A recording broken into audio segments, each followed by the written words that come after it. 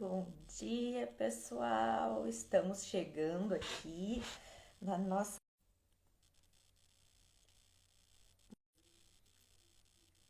Tá dando como pausado aqui pra mim algumas vezes. Todo mundo tá conseguindo me ouvir? Tá conseguindo me ver?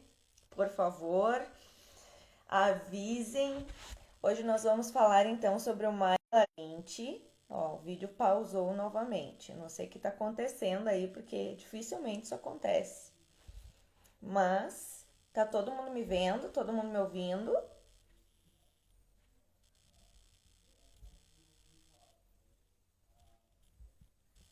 Vou dar uma seguradinha aí para ver se entra mais gente e vou falar um pouquinho então de mim para eu poder chamar a nossa convidada do dia, nossa convidada especial. Tá? Então assim, eu sou a Tayane, eu tenho 37 anos, eu sou mãe de três crianças, sendo duas autistas, né? E a gente passa muito trabalho na comunidade autista todos os dias. A comunidade autista ela não tem um dia de paz nessa terra, com tamanhos desafios que aparecem na nossa vida. Mas a gente não para de lutar. Todos os dias a gente ganha força nova para lutar.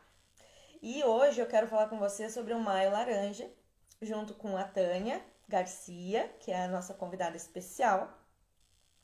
E ela vai ter a história do Mário Laranja e tudo mais, né, para conversar com a gente, para a gente entender da onde que surgiu essa data, o que que aconteceu, como foi que surgiu essa data do Mário Laranja. Gente, eu preciso realmente saber se vocês estão conseguindo me ver, conseguindo me ouvir e tudo mais, porque aqui às vezes aparece como vídeo pausado, tá? E, e aí ela sendo pedagoga e sexóloga cristã, ela tem muito para nos contar, né, a respeito dessa data tão importante, que é o combate aí, né, a todo esse abuso que acontece com as crianças, né, e os adolescentes. Eu sempre falo sobre autismo, mas ela vai falar referente às crianças e adolescentes no geral, porque ela é pedagoga, ela já trabalhou 25 anos em escola, então ela tem bastante bagagem para nos dar. E eu sei do que a gente passa aqui na comunidade de atípicos, mas eu acredito que todos vocês querem saber, né, a respeito de como funciona tudo isso para as crianças no geral. Então, assim, sem mais delongas, eu tenho horário para atender as minhas crianças. Então, geralmente eu faço live nesse horário, porque depois das 10 eu tenho que fazer meu almoço e tudo para esperar meus filhos. Às 11h15 eles já estão por aqui. Vou chamar a nossa convidada para que ela venha apresentar, então, um pouco dessa história e como essa data surgiu e da onde surgiu essa. Tá pausando o vídeo aqui para mim, tá, gente? Então eu não sei o quanto que vocês conseguiram escutar. Não sei se é problema aqui na minha internet. Vou chamar a Tânia então para ela introduzir esse assunto para nós super importante.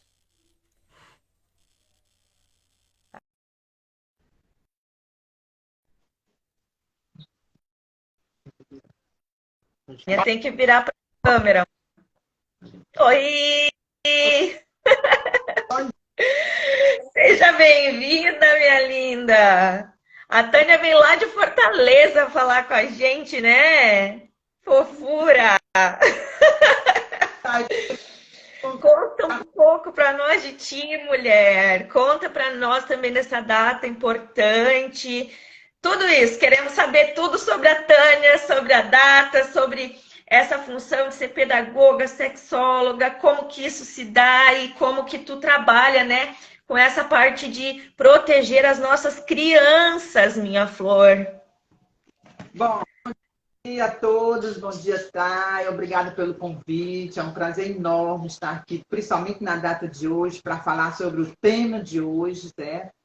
É uma luta que eu venho abraçando, não há muito tempo, assim, né? Mas há algum tempo.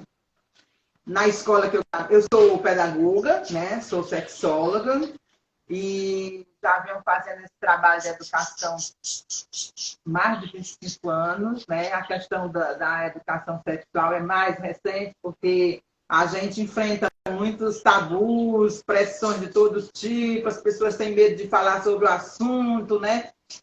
Principalmente de uns tempos para cá, onde algumas informações saíram na internet meio distorcidas, né? E a gente precisa esclarecer, porque no momento em que a gente deixa de trazer essas informações para a escola, para a família, para a igreja, para qualquer instituição que lida com a criança, indiretamente a gente vai estar contribuindo com, vamos dizer, os abusadores, até porque a gente não sabe quem é de fato, principalmente nas redes sociais. Não está escrito na testa, eu sou abusador, né? Não está escrito. Então, a gente vê assim que a informação ela é prevenção, e prevenção é proteção, né? Então, assim, Maio Laranja. Maio Laranja é uma data que ela foi legalizada em 2022, né, pelo Senado Federal, trazendo a reflexão sobre a história de Araceli. Araceli era uma garota que tinha apenas 8 anos.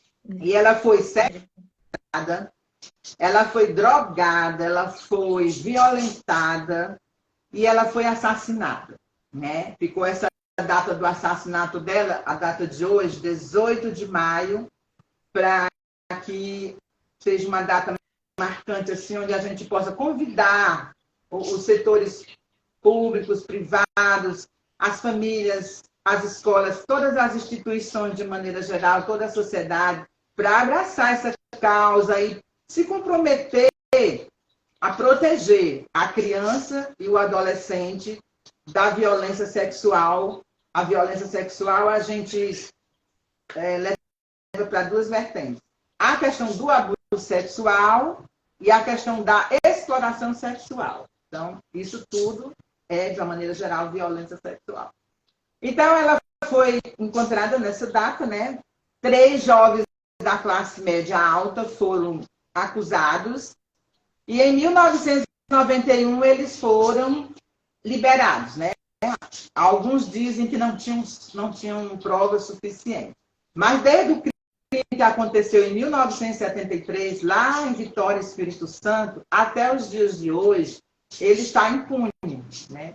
E aí a gente fica imaginando quantos crimes desse tipo também não estão impunes de lá para cá, né? Então, nasceu o Maio Laranja, a flor é a gérbera, que é uma flor que ela tem várias cores e a maior parte da cor dela é a laranja, né? E como a gente sabe, quando a gente como professora, quando está observando os desenhos das crianças, elas têm um hábito bem inocente de desenhar flores, né? Principalmente sim, flor, é coisa muito linda. Parecida com a gébera. E aí foi escolhido, né, essa flor e a cor laranja, porque são cores muito utilizadas pelas crianças, e a flor procurando retratar a inocência da criança, a fragilidade, né? Daí ficou o Maio Laranja, que a gente sabe que não é só no mês de maio que a gente deve ter esse compromisso de estar defendendo as crianças, de estar protegendo toda a sua integridade em todos os seus aspectos, né? Isso tem que ser para toda a vida. Mas, infelizmente, Daiane, desculpa. Infelizmente, há um tabu ainda grande. Por outro lado, também a gente vê que está surgindo assim, uma abertura mais de tocar nesse assunto. Nós que trabalhamos assim com essa questão, a gente vê pelos relatos, até por algumas leituras também, que apesar de uma certa abertura com relação aos tempos mais atrás, né, a gente percebe que as pessoas têm medo de trazer essa questão para ser discutida, porque muitas acham, principalmente as mães, que a gente trazendo essa questão da sexualidade para a escola, a gente vai estar incentivando as crianças, os adolescentes a fazerem sexo, quando a gente sabe que isso não é verdade, certo? Quando a gente quer trazer essa questão, esse diálogo, esse debate para ser discutido na escola, é exatamente para proteger as crianças, trazer uma educação preventiva, porque a informação, como eu falei antes, ela protege, ela previne. Né? Existem muitas crianças que, quando elas estão passando por situações de abuso, alguém quer tocar no seu corpo, elas gritam, elas dizem não. Por quê? Porque elas tiveram essa informação ou na escola ou na família. Certo? Então, ela precisa saber o que é o toque de bem, o que é o toque do mal, certo? Ela precisa saber quem é que pode tocar no seu corpo, porque, na verdade, ninguém pode tocar no corpo de ninguém, que é o nosso corpo. Além de ser templo do Espírito Santo, ele é nosso, é singularidade nossa, ninguém tem permissão. Mas a mamãe que cuida da criança, o médico que cuida da criança, às vezes ele precisa tocar no corpo da criança e ele deve ter esse diálogo com a criança, de dizer, olha, eu vou tocar aqui, eu vou pegar na sua parte, eu vou passar um remedinho aqui, para a criança se sentir segura. Certo? Esse é o toque do bem. Porque quando é o toque do mal, a criança não se sente bem, não se sente confortável, certo? Ela sabe que aquela situação ali está trazendo um certo desconforto para ela. Por exemplo, situações inocentes, entre aspas. A criança que senta no colo do Papai Noel, dos duendes ali dos shops do Natal, do vovô, do titio. Não está escrito na testa deles que eles são abusadores. E você pode dizer, mas Tânia, o vovô, o titio, é família. Pois é. Quando a gente olha a estatística, a gente fica escandalizada que o número de pessoas abusadoras maior é na família, né? E a gente vê que na comunidade, de uma forma geral, acontece mais com o homem do que com a menina, mais com o menino do que com a menina. Com a menina, segundo a estatística, é mais na família, ali, com pessoas conhecidas, né? Mas os meninos não ficam de fora. Eles também sofrem abuso. Às vezes não é tão divulgado, não é denunciado pela cultura machista que a gente vive. Ah, mas você é homem, homem é homem, homem pode, né?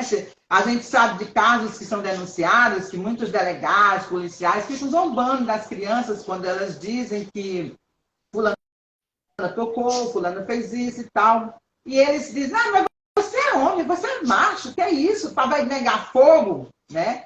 E agora eu lembrei também de certas brincadeiras que a gente vê com a família, dizendo, olha o pitiu dela, olha a pepeca dela, já está crescendo, já está ficando uma mocinha, um rapazinho, né? Mas se alguém chegar para mim ou para você falando da nossa pepeca ou do pitiu de alguém, a gente não vai gostar, que é o nosso corpo. E muitas vezes... É normal, né? E não é, né? É uma questão que a gente tem que abordar, porque realmente, né, Tânia, na criança, eles são iguais a nós, eles só não, daqui a pouco eles não têm um entendimento, né? Tá na gente, os adultos, proteger. Então a gente vê assim que são coisas que parecem tão bobas, por isso a importância da informação. Por exemplo, uma professora já me disse, mas qual é o problema das crianças ficarem na creche, por exemplo, só de fraldinha? O problema é esse, que ninguém sabe quem são os abusadores. Existem abusadores masculinos e femininos. Então, você vê na creche particular, as crianças têm a sua fardinha, camisetinha, lá, blusinha, shortinho, tênis. Mas nas creches públicas, muitas, não são todas, mas muitas deixam as crianças muito à vontade, sabe? E passam, às vezes, o dia até nuazinha, quando não tem uma fralda para substituir. Então, são situações muito simples que a gente, às vezes, questiona. Existem muitos mitos, sabe? Assim, que é preciso corrigir, mostrar a diferença entre o mito e a realidade, porque no momento em que a gente não faz isso, não traz a informação adequada, correta para a criança, para o jovem, a gente está favorecendo os abusadores, tá?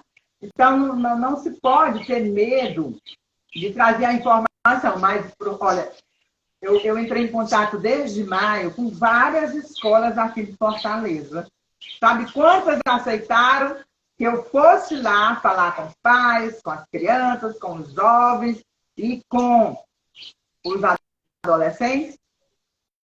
Nenhuma. Nenhuma. Elas não Isso me é o dão, mais... elas não me dão assim um não.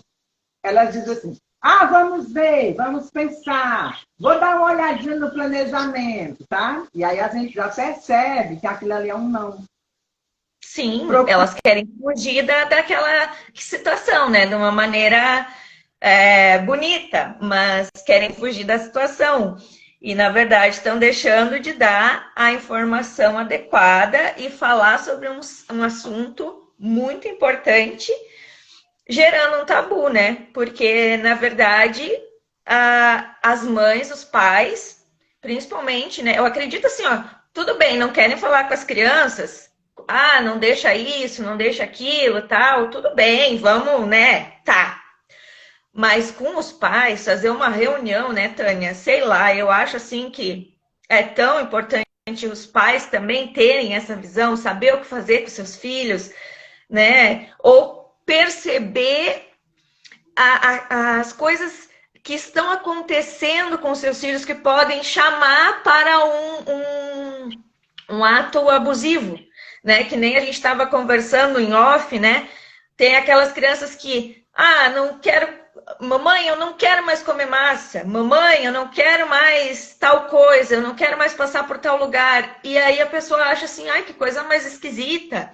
E psicologicamente não entendem o porquê que aquela criança não quer comer a tal da massa, ou não quer, né, passar por um determinado local ou situação, né, Tânia? Então, e aí a gente vai ver lá na frente que isso tudo é reflexo de uma criança que já passou pela situação. E a gente nem sabe, né? Exato. Crianças que rejeitam certos alimentos porque aquele alimento foi utilizado numa situação de abuso. Tem crianças que rejeitam cheiro, né? Perfume. Tem crianças que dizem, eu não quero ir para, vamos dizer, para a escola, porque a gente sabe que já aconteceu, já acontece nas escolas. Tem criança que não quer ir para a casa do pai quando os pais são separados, né? Ou não quer chegar perto do padrasto. Tem crianças que não querem chegar perto do abusador. E muitas vezes a família acha que aquilo ali é birra da criança, né? Que ela 98% chora, né?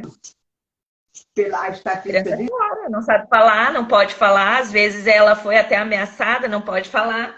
Então, o jeito dela fazer as coisas é chorando, é gritando, é fazendo essa birra, né?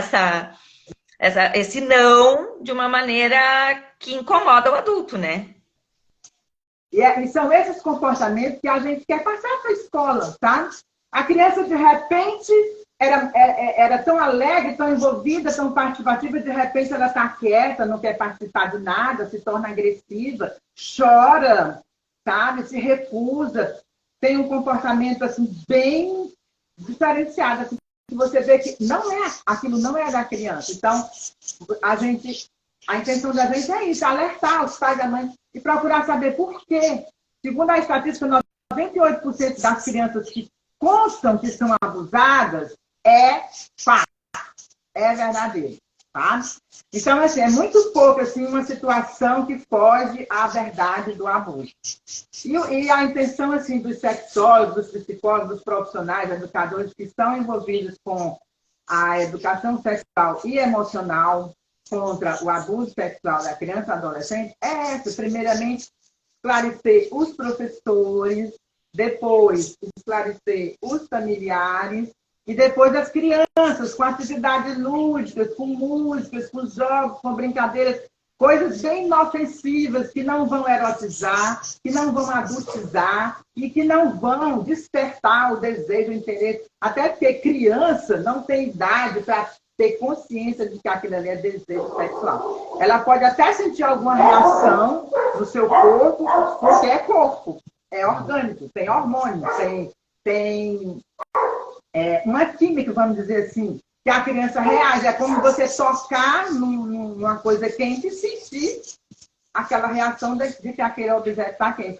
Assim também pode acontecer com o toque em seu corpo, que possa ter esse despertar. Mas isso não é consciente na criança, não é. No adolescente, que já tem essa idade de perceber que aquele toque tem um direcionamento sexual, aí tudo bem, mas a criança não. Tá? Ela é muito inocente mesmo, né? Não tem como. E aí a gente sabe que tem bebês que recentemente foram mortos, né? Porque foram estuprados. Crianças, pelo menos até 5 anos, que não conseguem, têm medo de falar, porque são ameaçadas. Se você fizer isso, eu vou matar você, eu vou matar sua mãe, né? Vou matar sua família. E eles começam, primeiro eles procuram conquistar a família para se aproximar da criança. Quando eles têm essa família, aí é que eles partem para as crianças. Às vezes isso leva mais de um ano, certo? Então, assim, eles não têm pressa, né? Eles não têm pressa.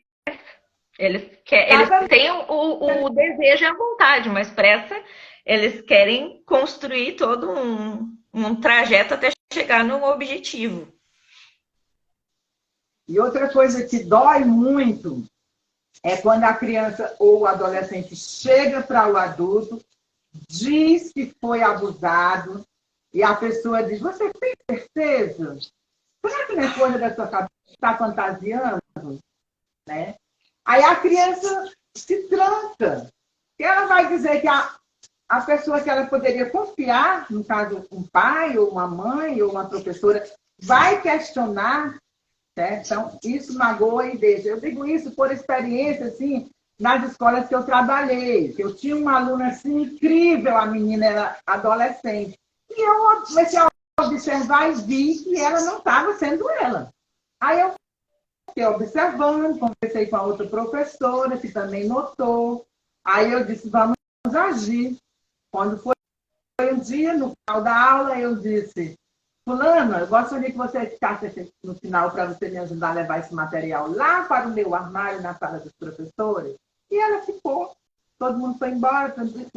Aí eu fui com ela. No caminho eu fiquei. Fulana, você está tão inquieta, tão calada, não é assim. Você é tão participativa, está acontecendo alguma coisa, você sabe que pode confiar em mim, né? Sou sua professora, mas sou amiga, estou aqui para lhe acolher, seja o que for. Então, ela disse, não, tia, não, só estou cansada, tudinho. E passou. E eu insisti em outros dias, insisti até que num dos momentos que eu insisti, ela disse, a gente pode sentar aqui? A gente sentou assim num corredor, né? E ela me contou que os pais eram separados, então, quando ela ia dormir na casa da mãe, a mãe tem um filho com outro senhor, né? Outro rapaz, e esse filho abusou dela, assim, né? Ele tocava ela quando ela estava deitada, sabe? Passava a mão nas partes dela. E ele não, assim, fez sexo com ela, não. Mas ele tocou, não precisa. Sabe? E isso a gente sabe que é abuso. E aí ela disse que estava muito triste com aquilo, que ele gostava do irmão. Aí estava com medo de falar para a mãe. E o pai, se o pai soubesse, ia matar, não sei o quê. Aí eu disse, pois é, mas eu vou falar.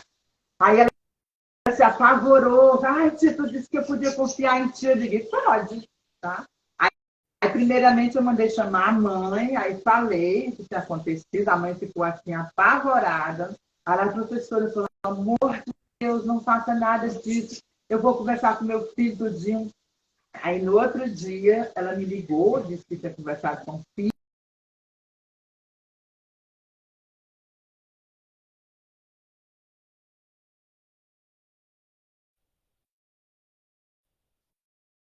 Desculpa, tudinho. E aí, a mãe, segundo a mãe, ela marcou terapia com a psicóloga para ele. A menina me falou que sim, tá? E eu fiquei com a diretora, disse, a orientação é que a gente denuncie. Mas a mãe... Aí eu sempre falava com ela, com a mãe, como é que tá e tal. Ele, ela tá se recusando a vir para cá, quando é dia dela vir, eu não estou fazendo assim, muito zoada por isso, não. Estou deixando até as coisas passarem, tá? Então, eu fiquei acompanhando nesse sentido. Mas ainda hoje, eu me sinto culpada, porque eu não denunciei, sabe? Assim, eu fiz essa orientação com a mãe, com o pai, assim, eu falava de uma maneira geral, como todos os pais, puxando para filhos, só dizia, tenham cuidado com os filhos, fazia palestra com eles, mostrava o livro que eu trabalhava, que era adolescência e puberdade, e assim eu ia esclarecendo. Que a única professora que fazia isso na escola era eu. A única professora que falava sobre a educação. E antes de falar, eu reunia os pais, mostrava o livro. Cadê o livro? E os pais apoiavam. A partir dali, eu começava a trabalhar com É que, eles, na né? verdade, não Hã? tá travando um pouquinho, tá travando um pouquinho. É que, na realidade, as pessoas não querem, elas não querem se envolver nessa situação, né? A gente sabe de problemas. Eu mesma tive uma aluna que ela era namorada do estuprador da comunidade. E ele não tocava nela para que ela achasse que ele era um anjo. E a polícia todo dia batendo na porta da minha sala para tentar pegar informação com ela. Até que a polícia fez o quê? Foi até descobrir onde é que ela ia fazer a festinha de 15 anos dela e foram a paisana para poder pegar o cara, porque ele estuprou mais de 10 meninas na comunidade. Mas adolescente já, né? Essa menina, como eu falei, já estava fazendo 15 anos. Nela, ele não tocava. Aí o que que a polícia me falou? Porque a policial, ela veio conversar comigo como professora, que eu era da turma, né? Ela disse o seguinte: geralmente o cara que tem, eu não sei como é que funciona aí em Fortaleza, tu me corrige, tá, Tânia, por favor. Mas diz assim, ó, que o cara que ele é mauzão mesmo, que ele, tipo, é estuprador mesmo, o cara que é covardão, né, que pega a mulher à força e faz as coisas que tem que fazer, ele tem, tipo assim, aquela menina que é a namorada, tipo, fixa dele, aquela, como se fosse a princesa dele, que aquela ele e ninguém toca. Pra fazer, tipo, como que vamos dizer, assim, causar uma dúvida, né? Fazer, tipo, um teatro de que ele é um bom moço, porque daí a família dela e todo aquele arsenal de pessoas juntamente com a menina princesa não vão entender como que esse homem tão maravilhoso, esse rapaz, pode ser um estuprador, né? Então, diz que eu vivi isso na minha escola na época, que era num morro, né? Diz que isso era uma coisa normal dentro dessas cabeças psicopatas, eu imagino que sejam psicopatas, né? Enfim, ele era uma graça com aquela menina e com as outras ele fazia um horror, porque os relatos eram horríveis, não tem nem como eu trazer relatos aqui. E só faltava matar mesmo, sabe? Até não sei se em algum momento não matou, eu não entrei em detalhes, eu não quis nem, sabe quando tu fica tão apreensiva com aquilo que tu não quer nem saber? Então, fizeram toda uma situação ali para conseguir entrar como a paisana, né, nesse aniversário dessa menina para pegar ele lá, porque ele era extremamente difícil. Ele era um psicopata de primeira. Saía assim como o bonitinho, sabendo que ele era tudo aquilo de ruim que podia ter. Isso foi uma das situações que passou na minha mão, assim, na escola, né? E teve outras também, mas que envolveram, por exemplo, o rapaz tá tocando numa banda e pegar a mulher do traficante. Que, assim, daí ela tava era algo consensual, né? Então, eu nem... E aí o traficante lá na frente da minha escola com uma arma e querer matar o rapaz, aí o rapaz ser escoltado. Essas coisas aconteciam muito, assim, sabe, Tânia? Mas essa dessa menina de 15 anos foi uma das que me chamou mais atenção. E eu te confesso que, como professora, eu não sabia como lidar com aquela situação, porque eu não, na verdade, ela era tão apaixonada por aquele menino e ela estava tão convicta de que ele era tão maravilhoso que não dava nem para tu chegar e falar que era diferente do que ele tinha plantado no coração dela, sabe?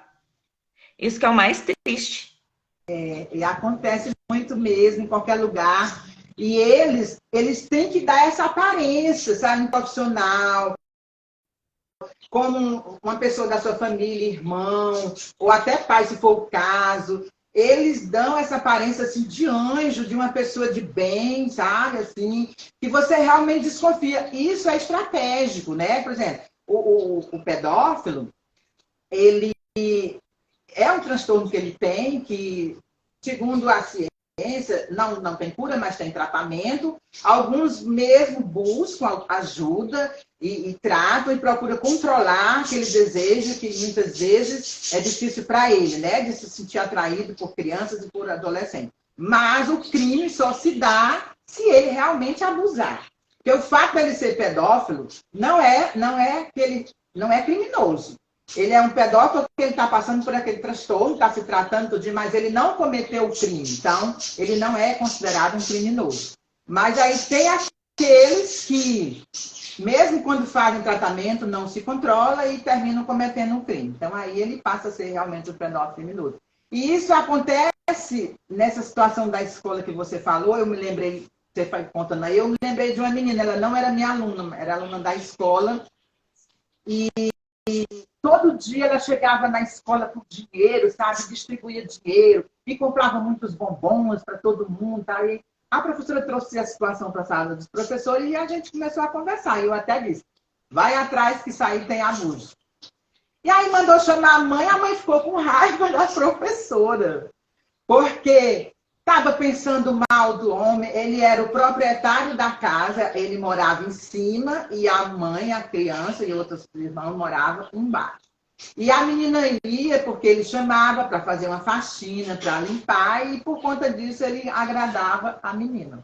Só que nesse caso foi chamado o conselho tutelar, tudinho, foi chamado o homem, foi chamado... E também eles negaram, a mãe ficou do lado dele, que aquilo era a fantasia da criança. E, infelizmente, não deu assim para continuar, pelo menos assim com a parte da escola, porque a mãe, não sei se com a ajuda desse senhor, se mudou. Se mudou de bairro, tirou a criança. Na verdade, ela nem tirou a criança da escola, levou os filhos, foi para outro bairro. A gente ainda procurou saber, ninguém, se alguém sabia, não quis contar. Meu Deus do céu, essa menina só pode estar passando por abuso. E além disso, com essa postura de se mudar, para mim ali ela assinou que a criança estava sendo realmente abusada e ela achava normal. Vai ver que se ela tomasse alguma atitude, ela ia perder algum benefício que ela estava tendo, fora o dinheiro, né? Então acontece muito mesmo. E a gente precisa... Tu sabe, Tânia, que numa situação dessas, eu fico pensando assim, ó. Tu sabe que também existe uma outra vertente, né? Que é assim, ó. A mãe já foi abusada e acha que isso é normal, que tá tudo ok, que tá tudo legal e que tá tudo dentro do que se espera, né? Porque ela já passou por aquilo ali, a mãe dela não fez nada, então, assim, é normal a pessoa vir e, sabe? Ou ela estava realmente tendo algum tipo, como tu disse, né? De privilégio, benefício, sei lá. Mas, porque hoje também existem as mães que vendem as suas filhas, né? Enfim, tem tudo isso, né? A gente sabe, infelizmente, acontece isso, a gente conhece essas notícias, a gente sabe que existem essas práticas, né? Nós não apoiamos, sob nenhuma hipótese, prática desse nível em nenhuma situação. E o que me chama a atenção é que, infelizmente, em comunidades assim mais carentes, né, mais vulneráveis, essa questão ainda fica à mercê do achismo, tipo assim, ninguém entra para dar uma chamada, dizer que aquilo dali está errado. Os pais já são acostumados com aquilo, porque muitos deles já viveram a situação, não, né? Enfim.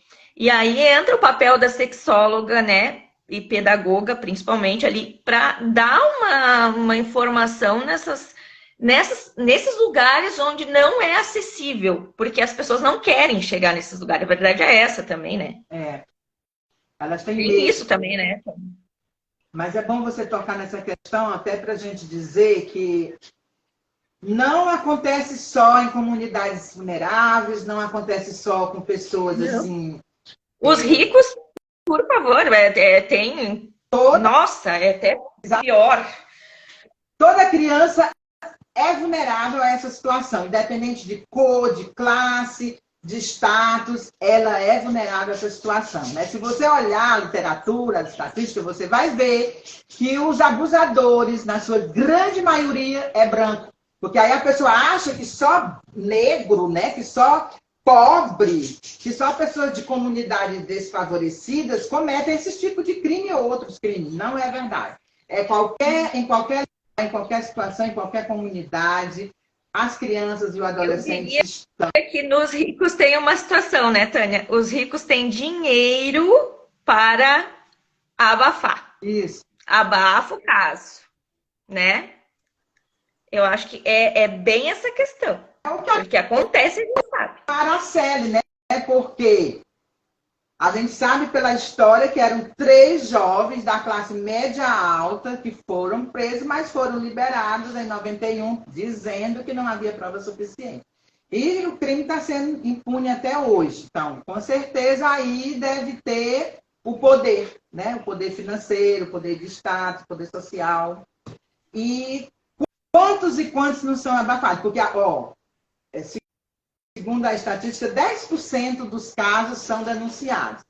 Mas a gente sabe que o número é bem maior. Porque existem aqueles casos que não chegam à delegacia, que não chegam ao conselho tutelar, que não chegam que não ligam para o SEM, que não são denunciados, né?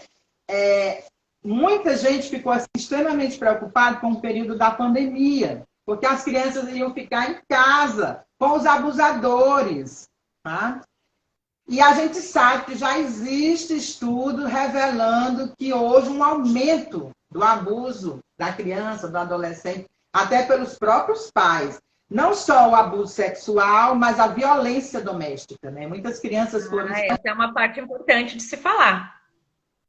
É uma parte importante de se falar. Porque assim, né, Tânia, vamos lá, né? Na verdade, abuso aqui engloba a questão do corpo, né? Do físico e também do psicológico. Vamos separar as coisas por partes. Então, existem abusadores que vão trabalhar aqui e existem aqui, né? E existem aqueles que vão trabalhar questão física, tato. E existem abusadores que vão agredir, porque a agressão também é um tipo de abuso. Vão trabalhar na questão física do corpo. E às vezes eles agridem com palavras, somente com palavras, né? Porque eles usam todo um discurso que deixa a criança vulnerável, a criança termina achando que aquilo é normal, termina concordando, tá? Confunde carinho com o abuso mesmo, é o beijo que é beijo normal, beijo carinhoso, beijo afetivo, com um beijo abusador. Então, eles se preparam tudo para isso, sabe? Para trazer essa confusão. Uma pessoa que ela é abusada, mesmo quando criança, isso impacta a vida dela para o resto da vida, sabe? Impacta mesmo. No cognitivo, no emocional, no físico, no sexual, em todos os setores, né? existe uma lacuna, existe uma ferida emocional muito grande. As crianças, no cognitivo, elas perdem a atenção, né? Têm dificuldade de memorizar, não conseguem ter aquele aprendizado que é esperado, certo? No emocional vem a questão do medo, da ansiedade, não querem sair de casa. No sexual mesmo, principalmente quando elas chegarem a ter uma vida, né, dentro da sua sexualidade. Eu atendi recentemente uma jovem e ela buscou atendimento porque ela tinha uma certa aversão a alguns toques do marido, ela tinha preguiça de fazer sexo, ela tinha uma frequência muito pouca, e isso estava abalando o casamento dela, e o marido muito bom, a família muito bonita, e ela procurou ajuda porque ela não queria estragar o casamento dela. Então, ela disse que tinha sido abusado várias vezes, desde criança até a vida adulta, por primos, por tios, por mulheres, por pessoas da igreja, pelo ginecologista. E adulta, né? Ela grávida, ela disse que uma pessoa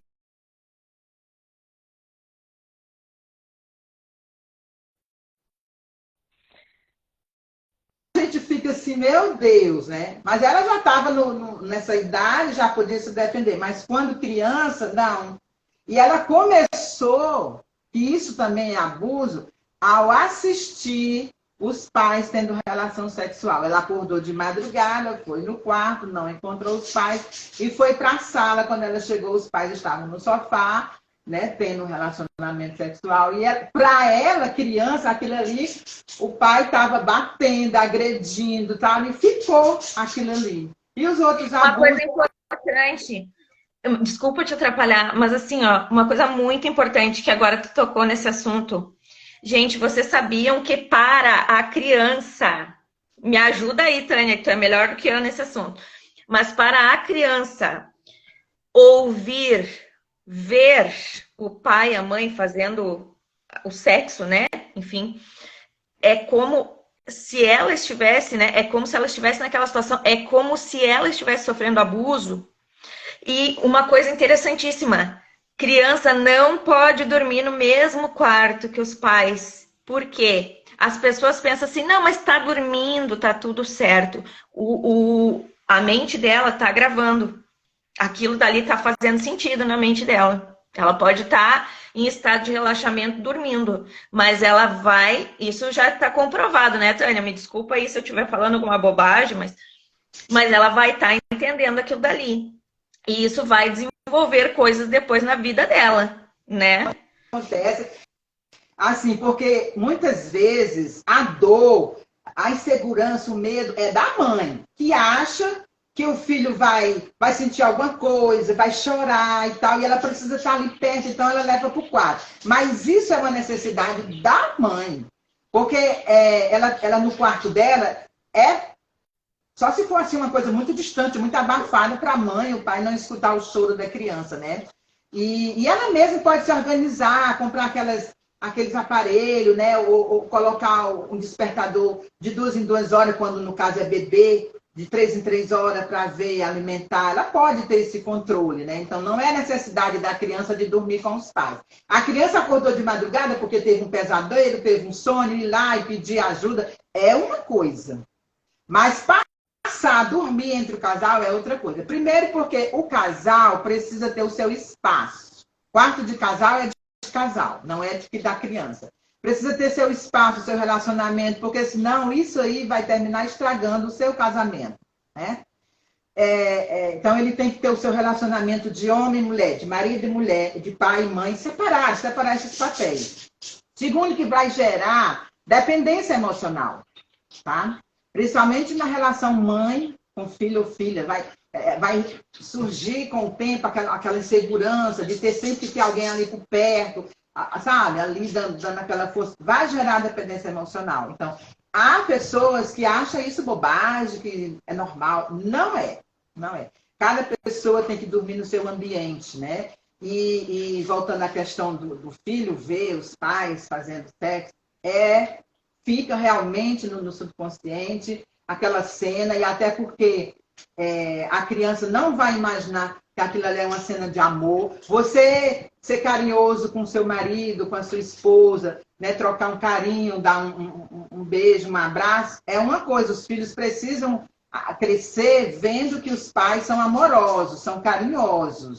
Mas isso sem conotação sexual. Para que um beijo de boca de língua na frente dos filhos? Não precisa disso, né? Não precisa.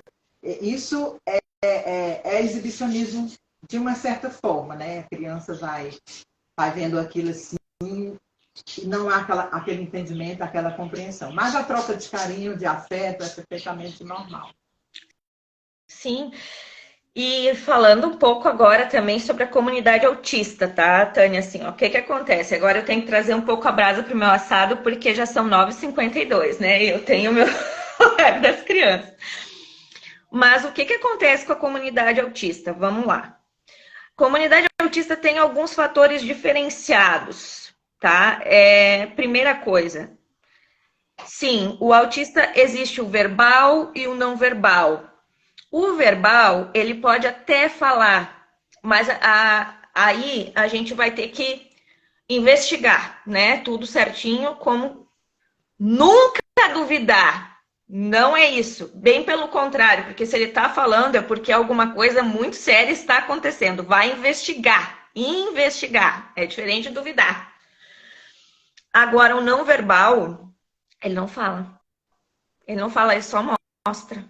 Ele mostra pelas ações dele, pelos gestos, pelo choro, pelo desespero, pelas crises disruptivas, pelas crises sensoriais, por N fatores que a gente vai olhar e vai ver assim, meu Deus, está acontecendo alguma coisa com o meu filho. Alguma coisa com o meu filho. Agora eu vou falar sobre um assunto que está em pauta aqui na minha região, tá? Muito triste, muito sério. Envolvendo a abusadora, no caso, né? Uma monitora de escola de educação infantil, que, no caso, essa abusadora, ela é agressora. Não é a abusadora estupradora, ela é a agressora, tá? E, recentemente, na nossa comunidade, né, nós temos uma associação que essa monitora, ela estava com um menino, né, antes de entrarem as outras professoras, né, e eu não sei o que aconteceu com ela, eu não sei se ela é... Eu, quando eu vejo uma situação dessa, a primeira coisa que passa na minha cabeça é que essa pessoa não bate bem da biela, sabe, já não bate bem, não deve estar no seu pleno acordo, não pode. Porque o menino é autista, o menino não fala, e aí aconteceu uma intercorrência normal de um autista, que vocês sabem muito bem que ele vai ter as suas crises, ele pode desabar, né, desabar de N formas, e essa abusadora, a agressora, pisou em cima da cabeça do menino, botou ele embaixo da classe, fez... Eu não sei contar exatamente tudo que aconteceu aqui. A mãe chegou na gente num desespero total, porque a escola, ela conseguiu fazer o BO, viu as câmeras, porque a escola, a única coisa que foi na agenda foi que ele tinha se machucado. O filho chegou em casa machucado, tinha se machucado.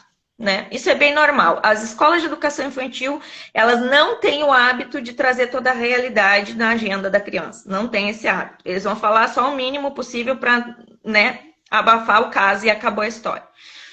Mas a mãe começou a perceber que o menino não queria mais ir para a escola, estava tendo algumas intercorrências assim, em relação ao comportamento quando se falava na escola e tudo mais. E ela resolveu, então, daí ela abriu um BO, né, um boletim de ocorrência, e conseguiu chegar, através do BO, na câmera da escola. Olha bem. Então, isso aqui eu tô falando para as pessoas que estão aqui nessa live e as próximas que vão entrar, né, Tânia? Para quê? Abram BO, caso a escola não queira mostrar a câmera para vocês, entendeu? Façam o que tem que ser feito. Façam. Deixem câmeras nas suas casas, se tem tata, né? Se tem babá, se tem algum cuidador, alguma coisa. Façam alguma coisa, façam. Vocês precisam ter cada pessoa sabe da sua dificuldade, da sua necessidade. A criança precisa ficar com algum cuidador, com algum parente, familiar, ou escola, não sei o quê. Bom, usa a câmera, faz alguma coisa nesse sentido, né? E aí, então, a mãe pôde ver as cenas.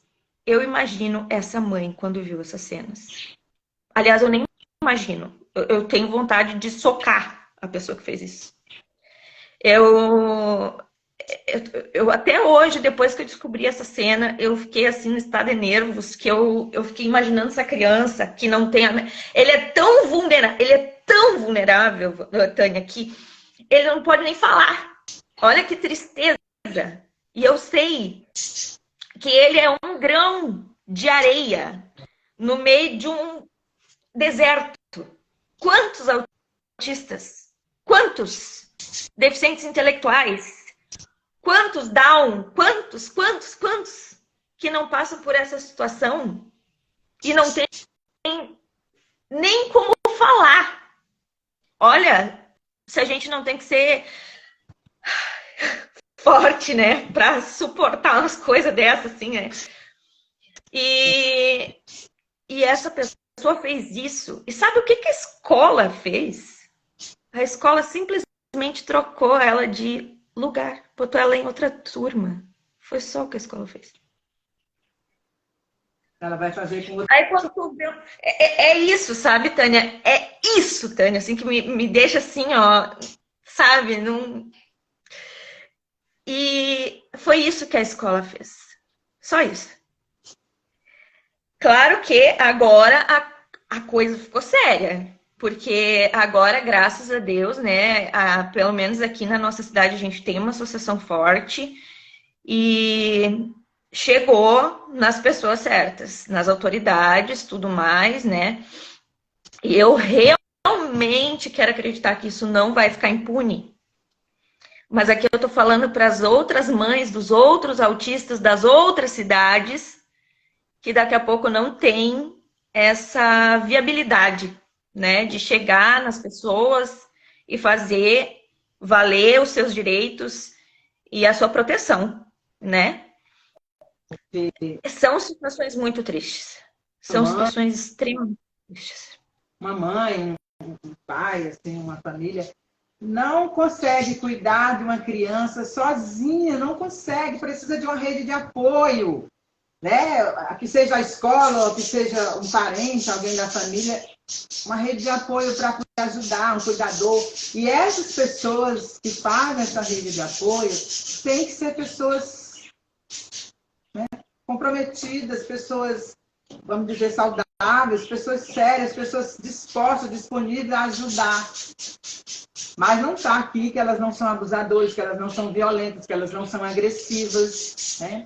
Então, eu imagino o desespero da mãe, da criança, do adolescente, É um menininho de, no máximo, 5 anos, porque é da educação infantil. Aí tu vê, além de ser uma criancinha, ainda tem o transtorno, né? E ainda tem a falta de fala. Então, assim, misericórdia, meu Deus, sabe? A gente fica até sem saber. Uma coisa assim que um ser humano normal, por isso que eu digo que não pode estar batendo bem da bela um ser humano desse. Ou ela é tão psicopata que talvez ela até sinta algum prazer nisso. Sei lá, né? Eu não tô aqui pra... Mas assim, ó, é tão absurdo porque é o vulnerável do vulnerável, do vulnerável, do vulnerável, sabe? E essa pessoa, né, que fez isso, ela também está dizendo que precisa de ajuda, né? Porque até o próprio abusador, um próprio pedófilo que comete o crime, eles são encaminhados para tratamentos, para ajudas, né? Que eu sei que às vezes revolta a gente, como é que pode fazer isso, ainda vai receber ajuda. Não bate bem, não bate bem. A pessoa quer matar sozinho, mas Existem os direitos humanos, então que esses direitos realmente procurem respeitar, proteger os direitos que as crianças têm. Porque uma criança dessa, que isso é violência, né? Não foi uma violência sexual, mas é uma violência, né? E não foi, né? Uma violência sexual. Não, não foi. Foi, a princípio, que chegou foi que, por isso que eu digo, né? Existem abusadores violentos e existem abusadores estupradores, né? Então, Violência. é muito triste. E para mim tudo é um abuso, porque tu tá lidando com o corpo da criança, tu tá fazendo uma coisa, tu tá abusando da tua autoridade, tu tá abusando, né, da tua situação frente àquela que está vulnerável a ti, né?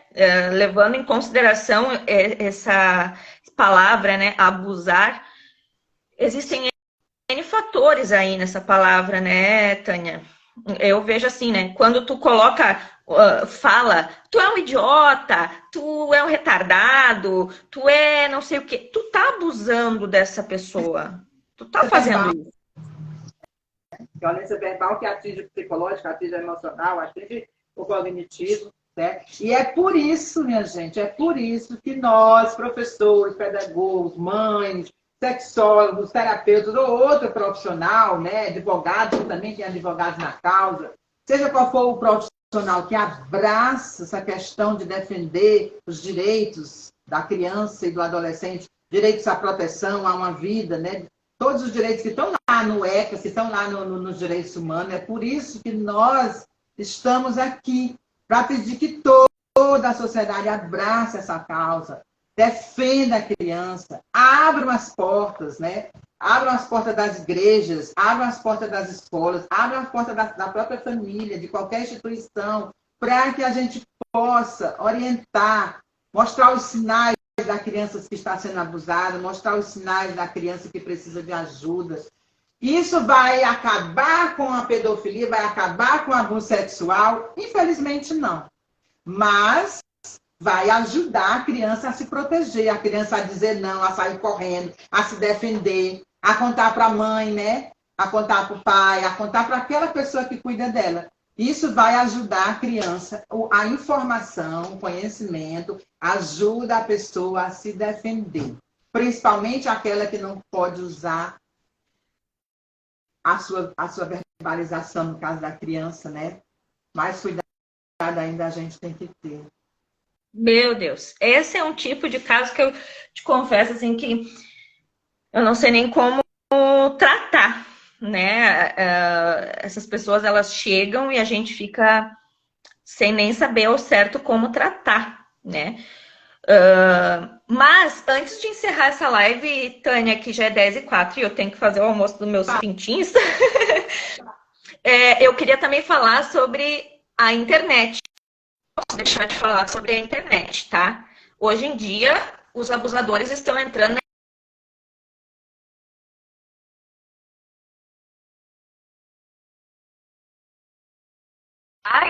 eles... Desculpa, não ouvi. Eles estão ali fazendo as suas coisas, deixam os filhos ali no tablet, na televisão. Na televisão tudo bem até, mas não vou dizer que está tudo bem, porque eu vou trazer essa questão também.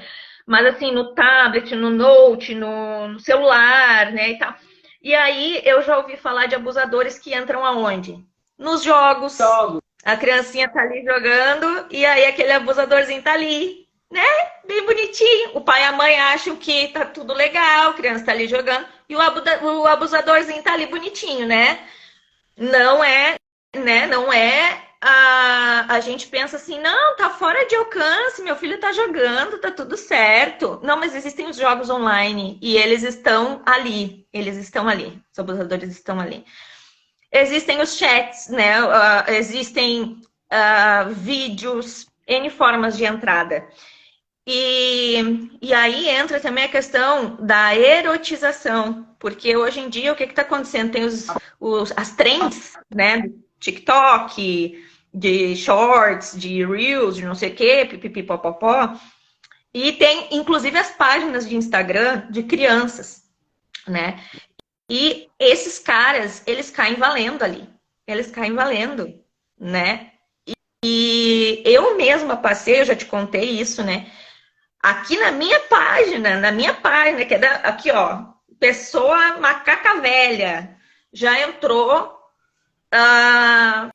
abusador de grávidas, tá? Porque na época que eu estava grávida dos gêmeos, aqui na minha página, veio um tarado sexual por grávidas, querendo minhas fotos, querendo falar comigo. Enfim, foi um caos, um horror, quando eu me dei conta do que era que estava acontecendo comigo, mulher já adulta. Eu fiquei apavorada. E uma outra situação que aconteceu também foi de um satanista, tá? É porque, assim, eu não sei, né, Tânia, se é porque a gente fala de Jesus, a gente fala do Espírito Santo, a gente fala de Deus. Esses caras, eu acho que eles têm, tipo, eles querem acabar com nossa, né, com a nossa fé, sei lá o que eles querem deixar a gente meio tonto da cabeça, e eles caem valendo na gente, né? Tu também é sexóloga cristã, e eu sei que também tem uns carinha aí que vêm te atormentar a tua vida, né? Tu já me comentou isso. Então, assim, a internet é uma porta de entrada gigantesca para tudo que há de pior. A gente tá aqui se expondo todos os dias para trazer conteúdo, né, Tânia, de conteúdo que nem esse que a gente está trazendo aqui. Isso aqui é uma exposição total. Pessoas podem vir aqui para nós, né? A gente se expõe com esse tipo de conteúdo, mas assim, é necessário que haja lugar de fala para esse tipo de conteúdo também. A gente não pode também se colocar numa situação de ficar quieta, porque daí os caras vão continuar fazendo o que tem que ser feito, né? Se nas escolas a gente não tem entrada, se nas igrejas a gente não tem entrada, se em qualquer outro lugar que tenha grande circulação a gente não tem entrada para falar, a gente precisa também entrar na internet e falar, né? Eu vejo assim. E da mesma forma, esses caras abrem a porta na internet, porque a internet é escancarada, qualquer um pode entrar, né? E aí entra ali os videozinhos de erotização, quando você vê seu filho tá lá fazendo a trend do momento. Aí tem as músicas que uma vez eu peguei aqui em casa uma música que entra e gruda na mente. E a música dizia assim, ó, dame tu cosita. E os meus filhos dançando, dame tu cosita, sabe? E eu fiquei assim, Jesus, não, isso aqui não vai entrar na minha casa, não. Aí eu disse, não, imediatamente. Eu bloqueei, eu disse aqui, ó, na minha casa não entra, não, isso aqui não vai entrar, não. E acabou. E eu disse, vocês não têm acesso a isso. Aí, eventualmente, eles diziam para mim, mamãe, sabe aquela música que tu falou? Tava tocando lá na escola. Claro, alguém deve ter trazido. E eles me contam, né? Óbvio, né? Então, assim, para eles, quando eles ouvem aquela música, eles, ó, mamãe, a música. E sai, porque entra. É inacreditável. Entra. Você, uma mãe atenta, percebeu e já tratou de cuidar, né? E, oh, meu Deus, eu fico triste, Tayane.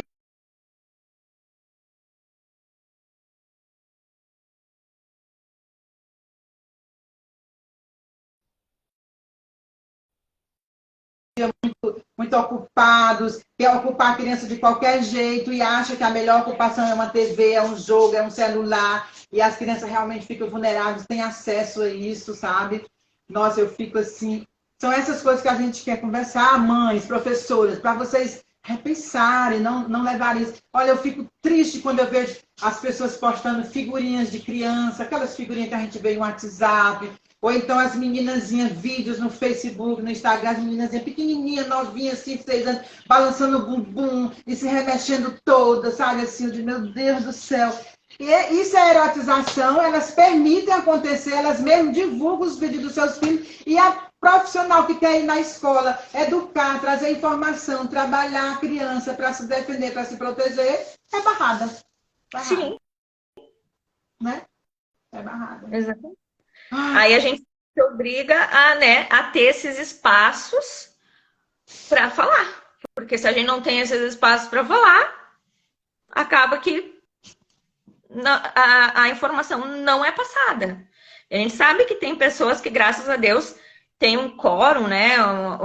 Conseguem alcançar mais gente e falam sobre esses assuntos, mas a verdade é que todos deveríamos falar sobre esses assuntos, né, Tânia? Todos nós deveríamos pensar sobre esses assuntos. Principalmente quem lida com a criança e com o adolescente, como a escola, né? Como igrejas, como orfanatos, como outras instituições que estão ali para lidar com a criança e com o adolescente, né? Mãezinhas, professores que me ouvem aqui, a Thay também, nos ajudem. Nós não queremos levar para vocês, como houve aí um discurso distorcido. Ah, tem escola distribuindo kit gay, tem escola querendo erotizar as crianças, ensinar sexo. Isso é mentira, minha gente. Eu sou professora há mais de 25 anos, nunca vi uma colega, uma professora, uma escola fazendo esse tipo de prática.